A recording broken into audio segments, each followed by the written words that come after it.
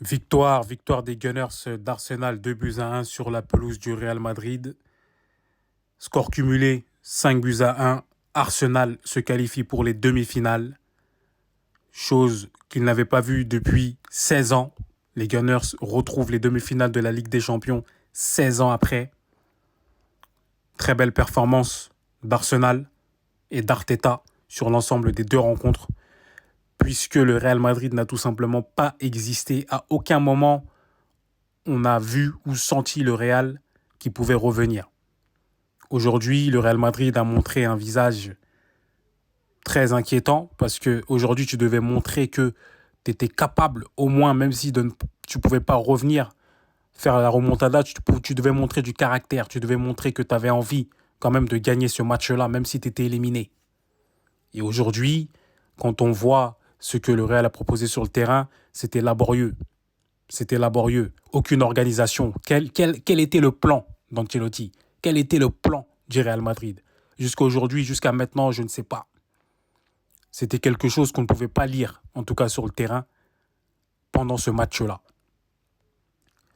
Le Real Madrid a montré que, avec l'arrivée de Kylian Mbappé, c'est compliqué de faire jouer les quatre ensemble, c'est-à-dire Rodrigo, Bellingham, Vinicius et Mbappé en même temps.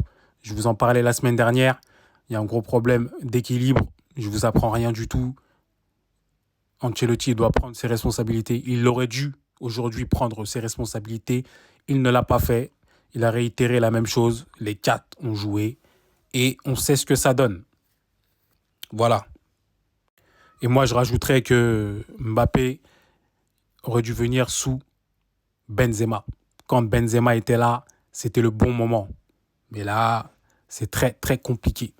Très, très compliqué. On verra comment est-ce que le Real Madrid va se retourner la saison prochaine.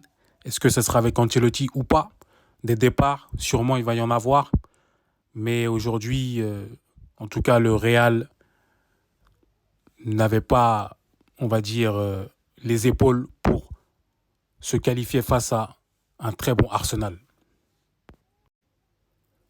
Arsenal peut remercier ce joueur qui s'appelle Rice, Declan Rice, international anglais. Voilà. Rice, c'est la plus-value de ce match. Il a été élu homme du match à l'aller avec ses 2 coups francs. Homme du match au retour. De par son activité au milieu de terrain, aujourd'hui, il a éclaboussé la rencontre. De par son talent. Aujourd'hui, pour moi, je ne comprends pas pourquoi est-ce que Odegaard continue à être le capitaine de cette équipe. C'est Rice qui doit être capitaine tous les jours. À mon avis, l'année prochaine, le capitanat va changer. Parce que Rice, c'est la personnalité qui représente aujourd'hui le plus Arsenal et qui a le plus de caractère aujourd'hui sur le terrain. C'est un gagnant, c'est un battant. C'est un joueur que toute équipe aimerait avoir.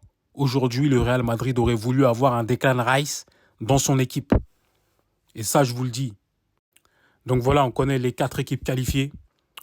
Le Paris Saint-Germain qui rencontrera Arsenal. L'Inter Milan qui a éliminé le Bayern rencontrera le Barça de Rafinha, de Yamal. 2 grosses affiches. Voilà. 2 équipes qui n'ont jamais gagné la Ligue des Champions, qui sont Paris et Arsenal. On a hâte de voir ce que ça va donner. Même la finale, peu importe que ce soit Arsenal-Barça, Arsenal-Inter ou Barça-Paris ou Barça-Arsenal, ça va être très, très intéressant. Restez connectés, tout se passe ici. Demain, c'est au tour de Manchester United, live d'avant-match et live d'après-match. Connectez-vous, restez connectés, partagez, abonnez-vous, likez les gars. On est ensemble.